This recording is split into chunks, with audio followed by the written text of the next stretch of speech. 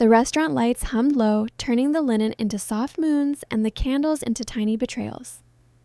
He laughed beside me, napkin at his knee, while a paper gift bag slid across the table from his secretary's hand, white tissue peeking out like a secret, and when I unfolded the receipt, my name was printed under the line item. Personal loan, shared account. My name, in her handwriting, on his birthday. I felt my smile freeze, the corners holding just long enough to keep the table polite.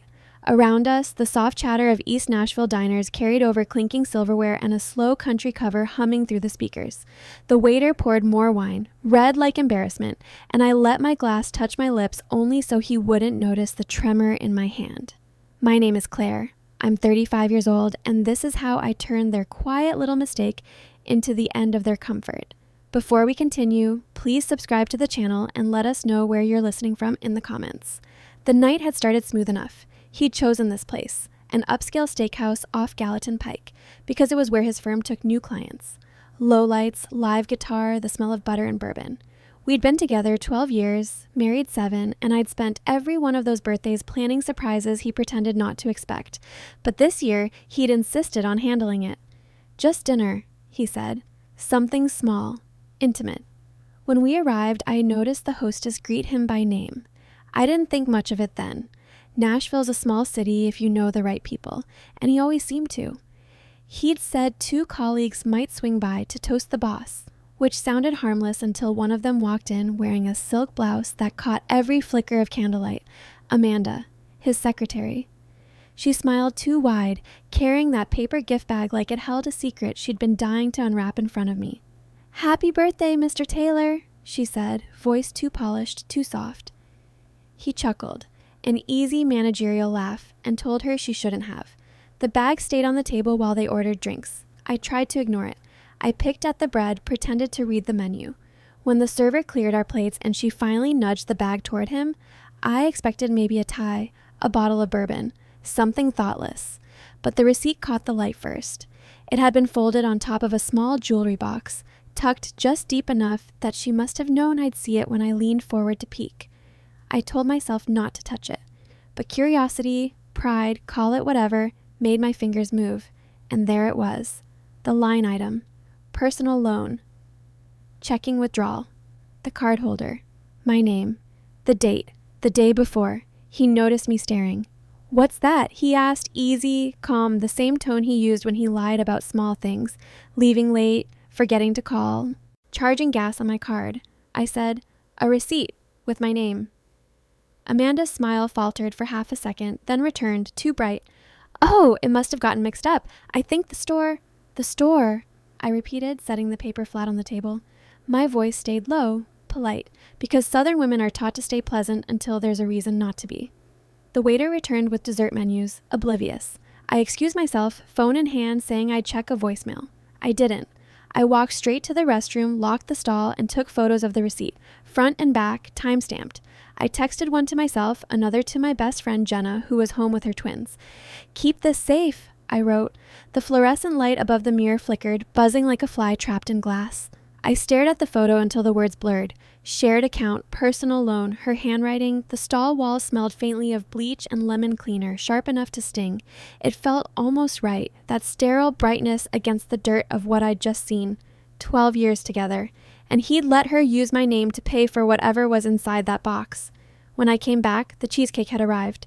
He joked about my long calls. Amanda pretended to scroll her phone, and the conversation limped toward awkward silence. I smiled, nodded, even clinked my fork against my plate to sound casual. I was raised better than to ruin a dinner, but inside, something cold was settling, a stillness I recognized, the same kind that comes right before a storm breaks. The room had gone quieter without anyone noticing. The couple beside us were celebrating something, engagement maybe, and the sound of her laughter only sharpened the ache in my chest. Across the table, Amanda twirled her wine glass, her pinky grazing the stem like it was choreography. My husband, Evan, laughed again, too loudly this time, like volume could hide guilt. By the time the bill came, he reached for the check with the same card he'd just let her use hours ago. I didn't stop him. I watched. He joked with the waiter, tipped too high like guilt had a price tag. As we stepped outside, the night air was thick with spring rain. The neon from the bar across the street reflected in puddles, turning everything bruised and shimmering. He wrapped an arm around my shoulder, tried to pull me close. I let him. Not because I wanted to, but because I needed to know what warmth I was about to lose. In the car, he asked if I was all right. "Fine," I said. "You?" He smiled. "Best birthday yet." My hand tightened on my purse. Inside, my phone buzzed. A text from Jenna. "Got it saved. Don't do anything yet." Her words steadied me. Jenna had seen me through everything. Our first apartment, my miscarriage, the year his firm almost folded. She knew how I handled betrayal. Quietly, thoroughly. I looked at him in the dark, the man I'd built a life with. The man who'd said we were a team, and all I could think was how easily he'd handed part of that team to someone else, bought and signed under my name. The thing about betrayal is it never feels like an explosion. It's quieter, more surgical. It cuts where you can't bleed in public. We drove home in silence. The windshield wipers swiped slow, rhythmic, marking time between each thought I wasn't ready to say aloud. Our street looked softer in the rain, porch lights hazy, driveways slick as mirrors. Our house sat near the end, the same white one-story I'd repainted myself last summer. It looked too normal to hold what I knew now. He carried the gift bag inside, tossed it on the entryway table. The white tissue spilled slightly from the top, and I could see the jewelry box inside, glossy and expensive. He didn't even try to hide it. That was what stunned me most, the casualness of his deceit. When we got home, he went straight to the shower. I waited. The sound of running water gave me cover. I opened the joint account app on my phone. The withdrawal sat there, obvious, marked jewelry. Below it, 2 other transfers I hadn't noticed before, small ones. A florist, a boutique in Green Hills. My stomach flipped. He'd been doing this for weeks. The digits blurred as I scrolled, the list of transactions running longer than I could stomach. Gas stations, coffee shops near his office, the occasional charge to an Uber that didn't match his commute. I traced the pattern back like a trail of fingerprints. Every few days, another indulgence. Every lie had a rhythm. I could hear his. He stepped out of the bathroom, towel slung low, humming something off key. "You coming to bed?" I turned the phone face down on the couch. "Soon." He grinned, kissed my forehead, walked down the hall. The same man who'd used my name to impress another woman, trusting I'd never look close enough to see it. The hallway light cast his shadow long and soft across the floorboards. When the bedroom door closed, I sat there, hearing the faint hum of the ceiling fan, the occasional drip from the shower head still cooling down, the kind of sounds you don't usually notice until silence becomes dangerous. I should have cried. That's what I expected from myself, but tears felt too small for what sat in my chest. It wasn't sadness, it was calculation. I opened his laptop from the side table. He always bragged about his unbreakable password, but I'd helped him set it years ago, the date of our wedding anniversary. Old habits die slower than love. His desktop wallpaper was a photo of us on vacation in Charleston. I remember the moment, sea breeze, sunburned cheeks, his arms slung around me as we grinned into a stranger's phone. I remembered believing that photo meant something. Now it just looked like evidence of how well he performed sincerity. The email app opened automatically. My fingers hovered before I typed Amanda. Messages. Filled the screen, daily reminders, calendar invites, one thread simply titled Draft Invoice. Private. I clicked it. Inside, an attachment labeled Loan Agreement PDF. The header read, Loan from Joint Account, Claire Taylor. My name again, his digital signature, her acknowledgement, all time-stamped. I stared at it until the cursor blinked slower, like even the computer felt shame. That's when the sound of his voice carried faintly from down the hall. "Claire, you okay?" I closed the laptop. "Fine," I called back. "Just paying the credit card." He murmured something, content, unthreatened, and the light under the door dimmed as he climbed into bed. I sat in the living room another 10 minutes, hands steady now. The rain outside had softened to a drizzle, each drop against the window sounding almost sympathetic. I thought about my mother, how she used to say, "When men show you where the cracks are, don't patch them, pry them open and see what leaks out." She'd been right more than I ever admitted. I finally went to bed. He was already asleep. the faint whistle of his breathing filling the dark. His phone face down on the nightstand, still unlocked from when he'd checked sports scores. The reflection of the streetlight made the screen glow faintly. I hesitated, then picked it up. One unread message. Amanda, did she see? My heart dropped. Him. Don't worry. She won't do anything. The screen dimmed. The silence between us thickened. I set the phone back down, careful not to make a sound. I lay beside him, eyes open to the ceiling fan's slow spin, and thought of every time I'd covered for him, every late night, every excuse. He was right about one thing. I wouldn't do anything. Not tonight. Because quiet is my favorite kind of preparation. And that receipt? It wasn't evidence yet, but it was about to be. By morning, the air smelled like last night's storm. Wet asphalt and magnolia. The street outside our Nashville house glistened, pale sunlight bouncing off puddles that looked like tiny mirrors. He was already dressed for work, standing by the coffee maker in his navy suit, humming the same tune he always hummed when he thought things were fine. Morning, he said, without looking up. I nodded, poured myself half a cup of coffee I didn't want. The steam curled between us like a question neither of us would answer. He checked his watch, kissed my cheek, and said, Don't forget, my mom's calling tonight about the cabin. I won't. He left. The front door shut with that soft, self-assured click. I waited until his car pulled away before I set the mug down. My hand shook just enough to rattle the spoon. The moment the quiet settled, I grabbed my phone. The screenshots were still there. Receipt, text, transaction. I stared at them until the ache in my chest hardened into focus. First thing, the bank. I called our local branch, the one off Nolensville Pike. The same rep who'd helped us refinance our mortgage answered. Good morning. This is Shelby. How can I help you? Hi, I said, steadying my voice. I need a copy of recent activity on my joint account, specifically withdrawals or charges in the last 2 weeks. Of course, Mrs. Taylor. Do you want those emailed or printed for pickup?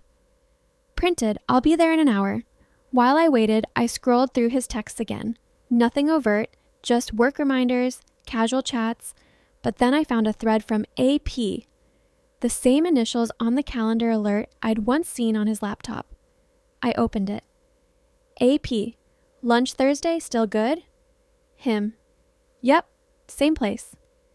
AP, bring that doc we talked about. Him.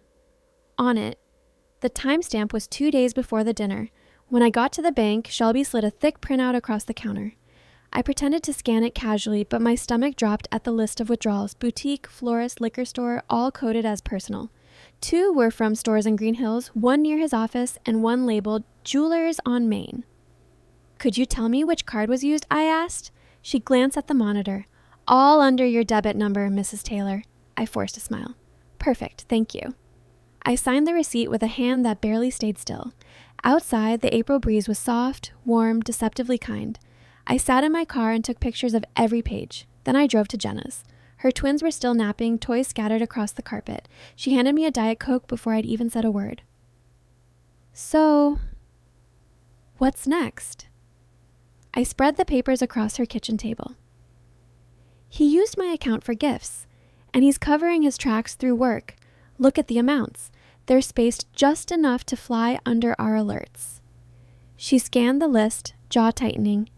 You think it's her? I know it's her. I pushed my phone toward her. The text from Amanda glowed like proof. Jenna whistled low. That's cold. But listen, don't confront him yet. You need more. You said he's got that big corporate dinner next week? Yeah, at the same restaurant. Then make it public. Make it quiet first, then public. But for now, evidence. She opened her laptop, already pulling up the jewelry store's Yelp page. Look, it says they email receipts automatically. If it's under your name, maybe they sent you one. I checked my inbox. Junk, newsletters, bills, and then one message caught my eye. Thank you for your purchase. Jewelers on Main. The date matched the receipt. Attached invoice, order details. The name field read Claire Taylor. I clicked the attachment. The necklace was simple, gold with a small pendant, engraved initials A.P.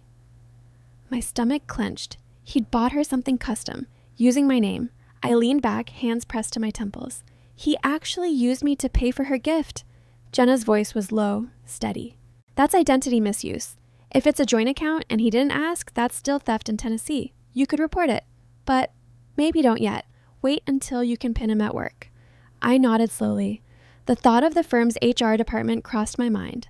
I'd met his manager once. Friendly, professional, the kind of woman who noticed everything.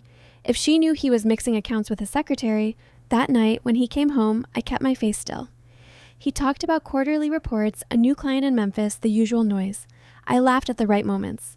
When he showered, I took his work laptop from his briefcase, opened the lid, and waited for the screen to wake. The wallpaper was our wedding photo, the same picture I'd framed in our hallway. His hand on my shoulder, her hair long and blonde behind me, blurred in the background because she'd been the one taking it. Back then, she was just his intern. The email inbox loaded. My fingers hovered before I typed Amanda. Messages filled the screen, daily reminders, calendar invites, one thread simply titled Draft Invoice, Private. I clicked it. Subject, tomorrow, please delete. Body, she doesn't know, you'll get the rest next week. There it was. Not just proof, but a trail. My pulse thudded in my ears. I forwarded the message to my own account, then logged out, clearing history. The sound of the shower stopped. I put the laptop back, adjusted the strap exactly as it was. He came out, towel on his shoulders. You okay? Just tired, I said. He kissed my forehead, smiled, and disappeared into the bedroom. I stared at the hallway photo, his hand on my shoulder, his smile easy, hers blurred in the distance, and realized that blur had been a warning. She'd always been there, just out of focus. Over the next 3 days, I became deliberate. I called the jewelry store, pretending to confirm a warranty inquiry. The clerk remembered the transaction, said the item was picked up by the gentleman himself right before closing. Perfect. Then I checked our joint credit statements online. Another charge, Green Door Florist, Midtown. Date matched her birthday, which she'd bragged about on Facebook that week. Each discovery was another cut, clean, and quiet. On Friday, I took all the screenshots, emails, and bank records and uploaded them to a flash drive. I labeled it April 17th, gift bag, and slid it inside a manila envelope.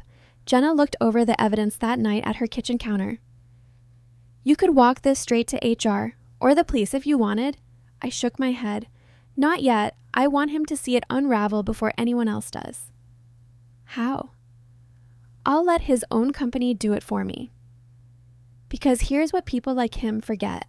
When you mix personal and professional deceit, all it takes is one receipt, one email, one wrong gift, before it stops being a secret and becomes a scandal. He had his birthday dinner last week. Next week, he'd have his performance review. Same restaurant, same witnesses, same woman, and I'd be there too. The next morning, I woke before light had fully loosened the sky. I brewed coffee like it was a ritual, watching the steam map the air between the receipts. On the island, the papers looked deliberate, evidence, not chaos. I put them in neat stacks. Order calmed me. At the bank, Shelby slid the copy across the counter and offered, "If you need a fraud packet, I can prepare one." Her voice meant kindness. I slotted the offer into a file marked helpful and moved on. I drove slowly through neighborhoods I knew well, the city opening and closing like a hand. I made notes on my phone, dates, amounts, vendors. Each line steadied me. Writing is a kind of breathing when your chest wants to cave. Back at Jenna's, she scrolled Amanda's feed like an investigator paging through public records. Brunch photos, a bouquet emoji, a caption, boss birthday, treated like a queen. We took screenshots. Context matters. People always leave a paper trail. Some shops email receipts automatically, Jenna said, tapping a search result. Maybe they sent one to your name. I checked my inbox again. There it was, an invoice from Jewelers on Main. The pendant was simple. The engraving read A.P. He'd used my name for a custom piece. My skin went cold in a precise way, the kind that makes your fingers go numb before your voice does. That night, when he left for the office the way he always did, I called the firm. The receptionist was polite. I asked for the HR manager and kept my tone small. "I'm confirming the schedule for next week's review," I said. "Is it common for assistants to attend the dinner?" She hemmed. "It's usually senior staff and clients. Small, observant answers are useful." Over the next 2 days, I became methodical. I called the boutique on Main, posing as a concerned buyer. Denise, the clerk, remembered a man who'd come in right before close. He'd seem flustered. Perfect. I logged into his laptop when he showered. The wallpaper was our wedding photo. Clicking through his email, I found threads labeled with tidy names. Draft invoice, private. Tomorrow, please delete. It felt like stumbling through a paper maze. I forwarded the emails to myself and cleared the history. The shower stopped. He came out smiling, towel over his shoulder. You okay? He asked. Just tired, I said. I printed every relevant item. A flash drive was labeled April 17th, gift bag. I put a copy in a manila envelope and left it tucked in my dresser drawer in case the plan went sideways. On the day of his review, the restaurant felt like the inside of a watch. Mechanical, precise. I arrived early and took a table with a clear view of the door. I watched clients step in, jackets rustling, heels clicking. He came in, Amanda already seated, casual and practiced. She angled to catch his eye like a boat angling to wind. Halfway through, I excused myself. Jenna had sent an anonymous email to HR attaching one of the receipts and the jewelry invoice. Protocol demanded a response. Eleanor, the HR director, asked to speak with Evan privately. The way his face changed when they stepped away into the doorway was a tiny theatrical collapse. Confusion, then heat, then the tiny tightening of someone whose map had been turned upside down. When they returned, the group was quieter. Amanda's smile was hollow. The laughter around us fractured into polite noise.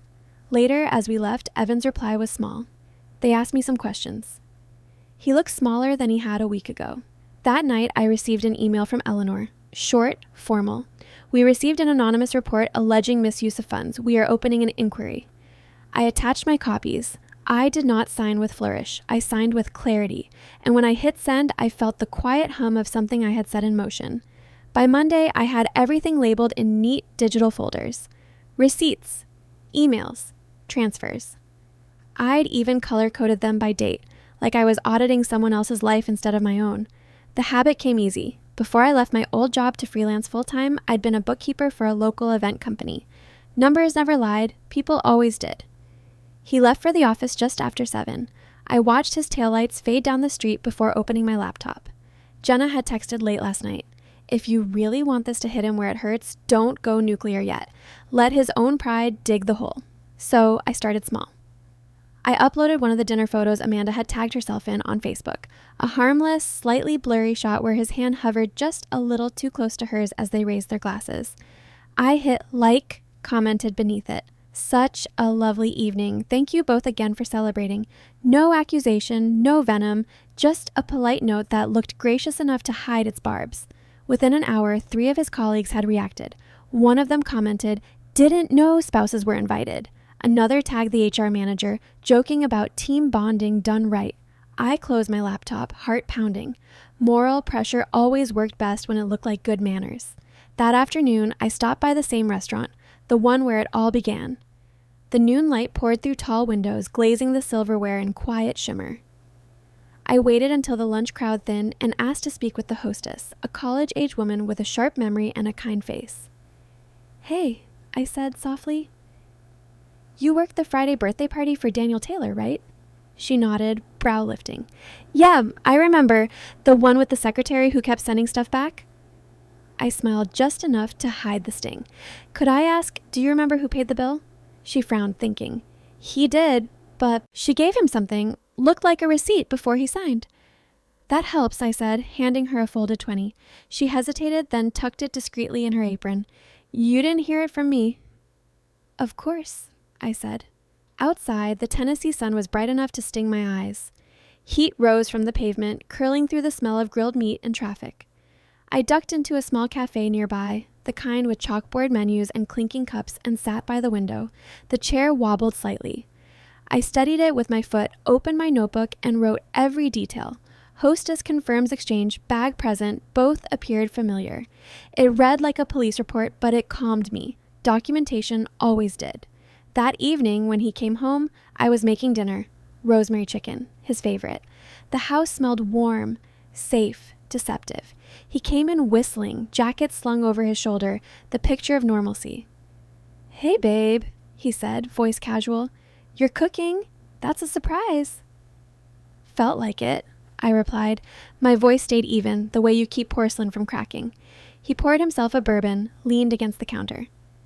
"You seemed off lately. Everything okay?" I stirred the pan, let the sound of sizzling fill the pause. "I'm fine. Just been cleaning up some bills. Bills? Yeah. I turned, meeting his eyes. Found a few surprises.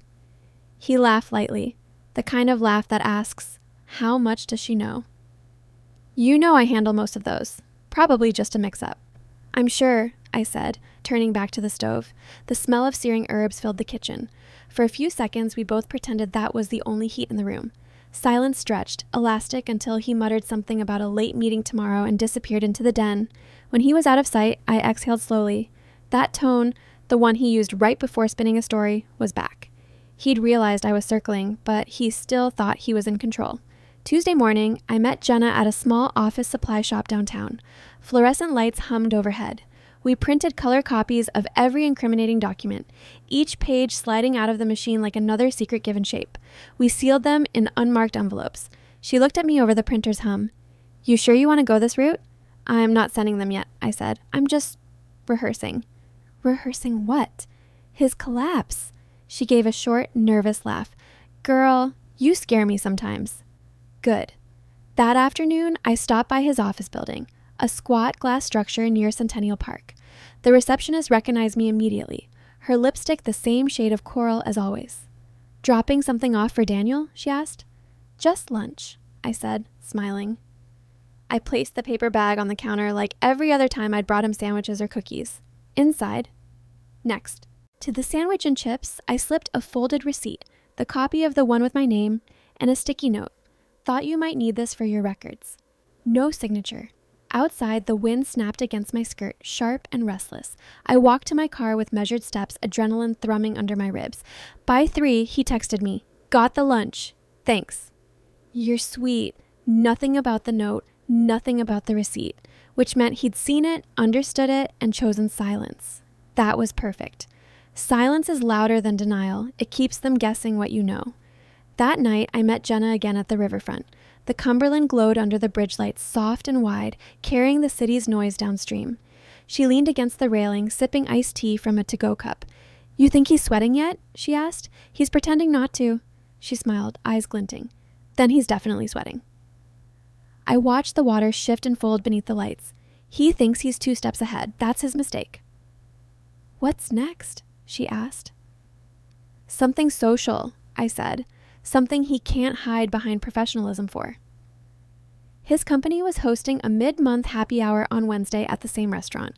Colleagues, clients, a few spouses. He'd mentioned it last week, bragging about the turnout. I decided to go. Uninvited. Wednesday evening, I took my time dressing. Simple black dress, pearl earrings, nothing flashy. Just enough to look composed, like the kind of woman whose calm meant danger. I drove through downtown as twilight settled, the skyline sharp and gold against the fading blue. Inside the restaurant, the air smelled like bourbon and grilled steak. Laughter bubbled from every table. The hostess recognized me instantly. Her eyes flickered, hesitation, maybe sympathy. Evening, Mrs. Taylor. Here for the Taylor party? I smiled. Just here to support my husband's firm. From across the room, I saw him before he saw me. He was laughing with Amanda, a hand on her elbow as she showed him something on her phone. The way his head tilted toward her. Too familiar. When he finally noticed me, his smile faltered just half an inch. Claire, he said, crossing the room quickly. Didn't know you were coming. I thought I'd surprise you, I said smoothly. You said it was open to partners, right? He cleared his throat. Right, yeah, of course. Amanda stepped forward, that same careful sweetness coating her voice. So good to see you again. I smiled at her, slow, measured. You too. Oh, by the way, I reached into my clutch and handed her a small card. Found something with your handwriting, thought you'd want it back. She blinked, caught off guard. What is this? The receipt from last week's gift, I said softly. You wrote my name beautifully. For a heartbeat, silence rippled through the nearby tables. The HR manager, seated just a few feet away, glanced over. Forks paused. Wine glasses hovered midair. Amanda flushed, stammered, That must be a mix-up. I'm sure, I said, turning toward the bar. You two seem to have a lot of those. The words hung there, sweet enough to sound polite, sharp enough to cut. I ordered a drink, took the stool at the far end, and pretended not to watch as the HR manager leaned toward them, whispering. His shoulders stiffened. Amanda's face drained of color. I sipped my cocktail slowly, the ice clinking in delicate rhythm with my heartbeat. Around me, the restaurant noise returned in waves, but their corners stayed hushed. I could almost feel the current of discomfort rolling through the room. When I got home later that night, the house felt too large, too quiet. 3 missed calls blinked on my phone. I didn't answer. The 4th came at midnight. I let it ring, then finally picked up. "Why would you do that?" His voice was low, tight with fury. "Do what?" "You embarrassed me. In front of my entire team." I almost laughed. "I didn't say anything untrue." He exhaled sharply. I heard pacing, the rustle of fabric against the phone. "You're blowing this out of proportion. Amanda was helping with client gifts." "With our money," I interrupted. Silence.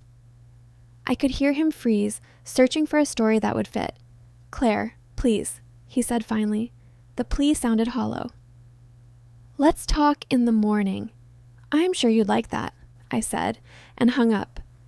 I set the phone on the nightstand, the black screen reflecting my face in ghostly dim light. For a moment, I didn't recognize the woman staring back, too still, too calm. The ceiling fan turned lazily overhead, blades whispering their rhythm. "Morning will be too late," I murmured, because tomorrow, HR would ask questions, receipts would resurface, stories would shift, and for once, I wouldn't be the one explaining. By Thursday morning, the quiet felt staged. He moved through the kitchen like an actor pretending nothing had happened. The air between us was fragile, too polite, too practiced. Even the clatter of his coffee spoon sounded like a lie. "Morning," he said, voice smooth, rehearsed. "Morning." He looked at me, waiting for softness that wasn't there. "Rough night?" "I slept fine."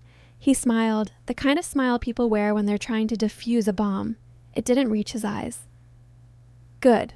I've got a busy day. Meetings back to back." "I'll bet," I said, and the corner of his jaw twitched. He left in a rush, tie slightly crooked, shoes half shined. The faint smell of his cologne, oak moss and something expensive, lingered long after the door shut. I waited until I heard the car engine fade down the street before moving. The silence that followed was heavy, but for once, it felt useful. I called Jenna. "You ready?" She asked. "I'm past ready. We'd rehearsed this for days. 2 steps, quiet exposure, then documentation. No fireworks, no confrontation, just facts, paper, timestamps, and precision. My kind of revenge." I opened my laptop.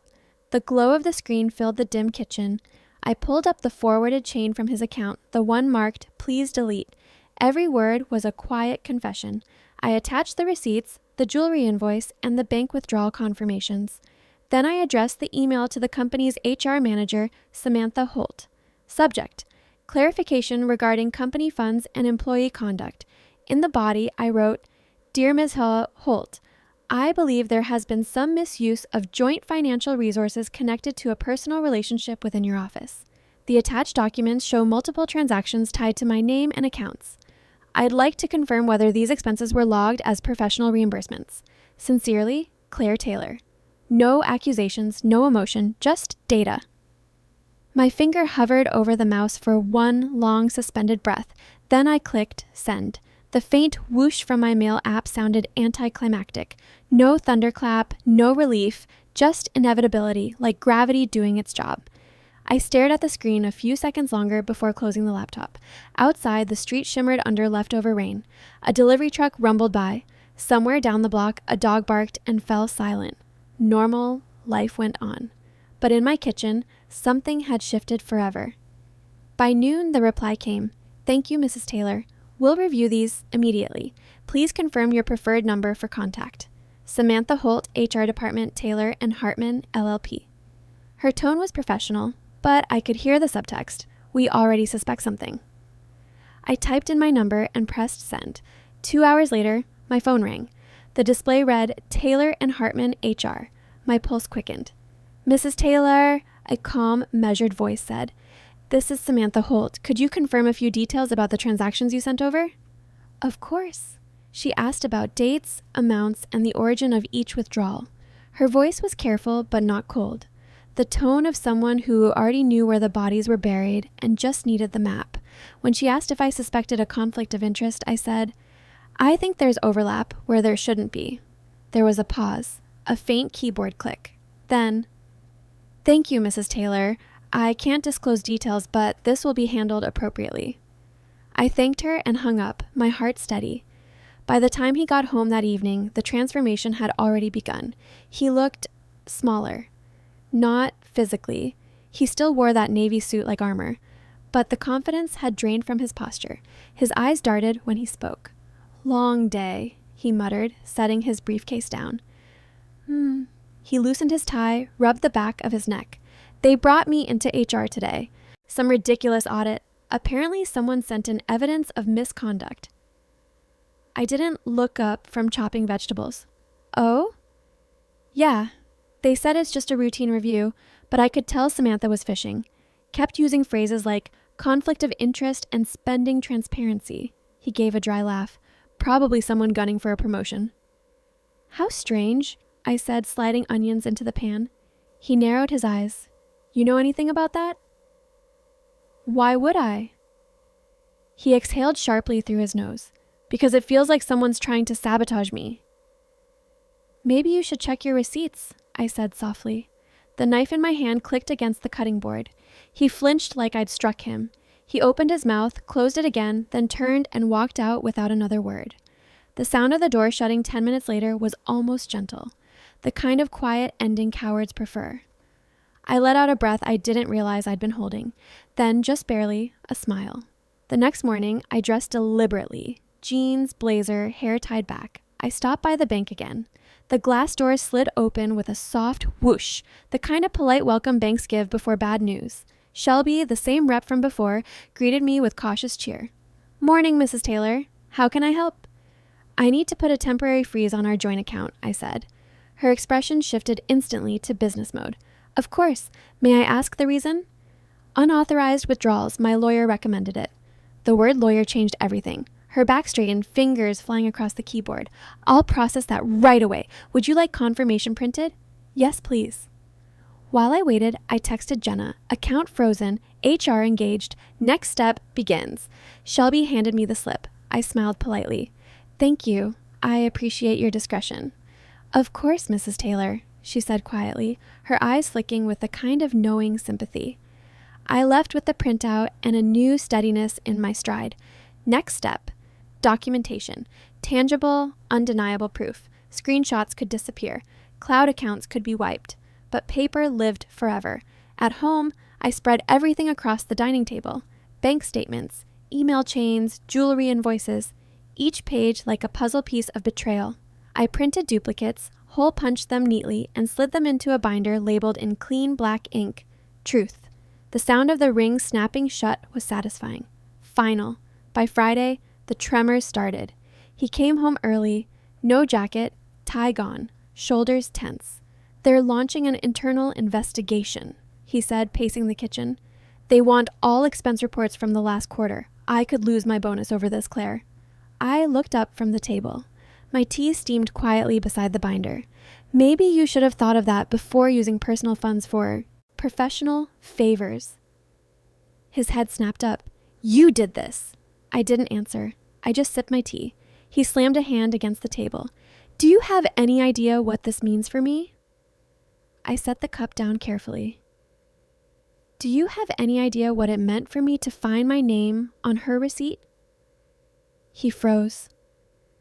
The silence that followed wasn't empty. It was heavy, vibrating. The truth had its own gravity. His lips parted, searching for a story, but nothing came. Finally. It wasn't what it looked like. Then what was it? "She needed help," he said quickly. "She was struggling with rent. I didn't want it to look inappropriate if I used my own card." I let out a disbelieving laugh. "So you used mine? That's your defense?" He rubbed his temples, muttering words like mistake and misunderstanding, his favorite camouflage. "You forged my name," I said quietly. "You made me complicit." He sank into the chair across from me, elbows on knees. "I can fix this. I'll transfer everything back. Just don't tell anyone else." "Too late," I said. "HR already knows." His head snapped up. "What?" "They called me," I said, folding the binder shut. "They wanted verification." his face drained of color. Claire. I didn't have to say much, I added. Just the truth. He ran both hands through his hair, the gesture desperate, boyish. They'll fire her. They might suspend me. You don't want that. I didn't want this, I said quietly. He leaned forward, pleading. We can handle this privately. You don't need to destroy everything. I met his eyes. You already did. He stood abruptly, knocking the chair back. The sound cracked like a gunshot. For a moment, I thought he'd shout, but instead he whispered, low and dangerous. You'll regret this. I tilted my head. I doubt it. He left without another word. The door closed harder this time. Saturday morning, my phone buzzed. Samantha Holt. Mrs. Taylor, thank you for your cooperation, she said. We've concluded the preliminary review. Mr. Taylor has been placed on administrative leave pending further investigation. Her tone was neutral, but I heard the undertone. We found enough. I didn't ask about Amanda. I didn't need to. When I hung up, I stood in the still kitchen, sunlight pooling across the tile.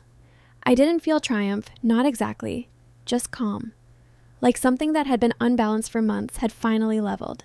That evening, I met Jenna at the Riverside Cafe, the same spot where we'd first planned everything. The air smelled like coffee and rain-soaked wood. The neon from a nearby bar flickered across the water. She was already there, her elbows propped on the table, eyes gleaming. So, she said, grinning, what's next? I stirred my tea slowly, watching the ripples flatten. I'm done watching him unravel. Privately, it's time he feels it publicly. She leaned in. Meaning his next party won't be a birthday. I met her eyes. It'll be a farewell. She whistled softly. You're really going through with it? Already RSVP'd, I said, under my name, because next week Taylor and Hartman was hosting a retirement celebration for their senior partner. Evan was supposed to give the toast, standing at the same restaurant, under the same lights, before the same crowd. And this time, I'd be there too, with one final gift. The night of the farewell dinner, the sky hung low and bruised over downtown Nashville. The rain had stopped hours ago, leaving the pavement slick enough to reflect every passing light like a stage floor waiting for its play. The air carried that metallic scent that comes after rain, like the city had been scrubbed clean but still remembered the storm. I parked half a block away from the restaurant, the same one where it all began. The same linen, the same candles, the same dim glow pressing against the windows. But this time, I wasn't there to sit beside him. I was there to end it. The air hummed faintly as I walked, heels tapping against the wet asphalt. Street lights flickered against the puddles, distorting into ribbons of gold and violet. The wind lifted the hem of my coat. I didn't rush. You shouldn't rush when you're about to end something that took years to build. Inside, the private dining room buzzed with polite laughter, the kind that always sounds a little too loud when everyone's pretending not to notice tension. His company's partners were gathered around a long mahogany table, crystal glasses catching the low amber light. Polished silver reflected faces too smooth with champagne smiles. The scent of buttered steak and expensive perfume filled the room, layered with something colder, ambition. At the far end, Daniel stood in his gray suit, his leadership smile stretched tight like a ribbon that might snap. Amanda was there too, one chair away, her hair perfectly curled, her posture elegant, like someone rehearsing a role. Even from a distance, I could tell she'd picked her dress carefully. Navy silk, understated, professional, as if fabric could disguise guilt. He spotted me before anyone else did. For a split second, the mask cracked, eyes widening, jaw tightening, but then he caught himself. He smiled like he'd expected me all along. Claire, he said, loud enough for the whole room to hear, didn't think you'd make it. I stepped closer, every pair of eyes turning towards me. I wouldn't miss it, I said evenly. After all, it's a big night. The senior partner, Richard, lifted his glass. His tone was paternal, proud. To Daniel, he said warmly, voice echoing against the wood-paneled walls. A man of integrity, and a bright future here at Taylor and Hartman. A quiet, fragile applause followed. The kind. People give when they don't really know what else to do with their hands. I let it wash over me, waited for it to fade. Then I reached into my purse. I brought something too, I said.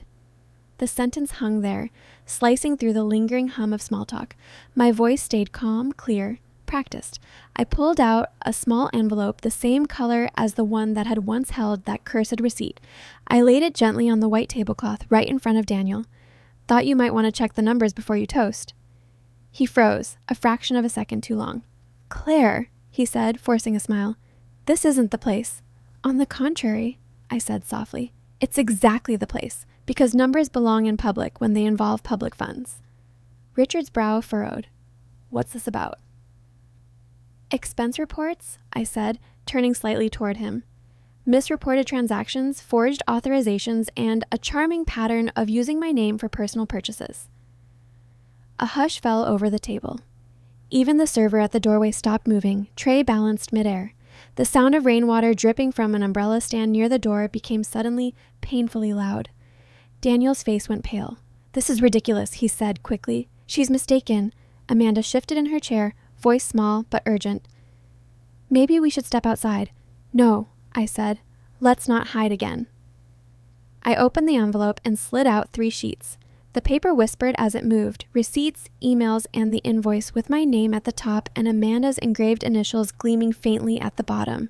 Each of these, I said, laying them in a neat line, was charged to our joint account and logged in your firm's reimbursement system as client expenses. That's fraud, by the way. The dates match perfectly with your meetings, your transfers, your lunches. The HR manager, Samantha Holt, had been seated quietly near the back. She set her glass down slowly, eyes sharp. Mrs. Taylor, she said carefully. If you'll excuse me, I lifted a hand. Already handled. The documents are notarized and filed with your audit team. I just wanted to make sure he got to see them before his toast. Daniel's hand trembled as he reached for the papers. You don't understand what you're doing, he said, voice brittle, cracking at the edges. Oh, I understand perfectly, I said. You used my name to buy her jewelry. You used our account to fund your affair. And when I found out, you told me not to make a scene. I met his eyes. So here we are, one last quiet scene. Amanda's chair scraped back suddenly, a sharp, shrill sound. This is insane, she snapped. You're humiliating yourself. I turned to her. You signed the receipt, Amanda. Your handwriting's right there. Maybe next time, practice forging smaller. Her breath hitched, her hands twisted. In her lap, around us, whispers rose like the rustle of paper traveling through the room in slow waves. Daniel tried to speak, but Samantha stepped forward, professionalism hardening her voice. Mr. Taylor, we'll continue this conversation privately. Effective immediately, your access to firm accounts is suspended. The color drained from his face completely. He looked smaller, his shoulders folding inward, his confidence gone. The perfect executive, undone by his own neat handwriting. Richard cleared his throat awkwardly. Let's take a short break, everyone. Chairs shuffled, fabric rustled. People pretended to check phones, to cough, to look anywhere but at us. I stayed still, calm, my pulse steady as clockwork. Daniel turned to me then, eyes raw. You've ruined me, he whispered. No, I said quietly. You did that the day you decided my name was just ink you could borrow. The words landed like a verdict. He stared at me. Confusion, anger, shame, all crowding his expression. Then he looked away, down at the papers, at the pieces of his career laid bare in front of people who once called him Sir. I turned toward the door. Behind me, the room stirred to life again. Samantha murmuring into her phone, Amanda whispering apologies to no one, Richard barking orders to staff. Outside, the night air hit cool and sharp against my skin. The neon reflections shimmered on the wet pavement, bleeding together like watercolor. My heels clicked a steady rhythm as I walked toward my car, each step deliberate, final. The sound felt like punctuation. Halfway across the lot, I stopped and looked back. Through the restaurant's glass, I could see Daniel standing alone at the table. The papers scattered before him like confetti from a celebration gone wrong. The candles flickered around him, their light soft, merciless. I reached into my purse and pulled out the original receipt, the first one. The one that started everything. The edges were worn now, creased from being unfolded too many times. My name, still there, still mine, proof of how small one betrayal could look on paper. I held it up to the streetlight. Then I tore it in half, and again, and again. The pieces fluttered down into a puddle, landing like pale petals, curling as the water darkened them until they disappeared completely. Quiet revenge isn't about noise, it's about weight. The weight of proof, of silence, of letting the truth sit heavy where it belongs. He lost his job the next week. Word spread quietly through the firm, carried in careful tones and sympathetic shrugs. Misconduct, they said. Amanda resigned the same day. The gossip lasted a month. The consequences lasted longer. The house sold 2 months later. He moved out first. I packed slower, methodically.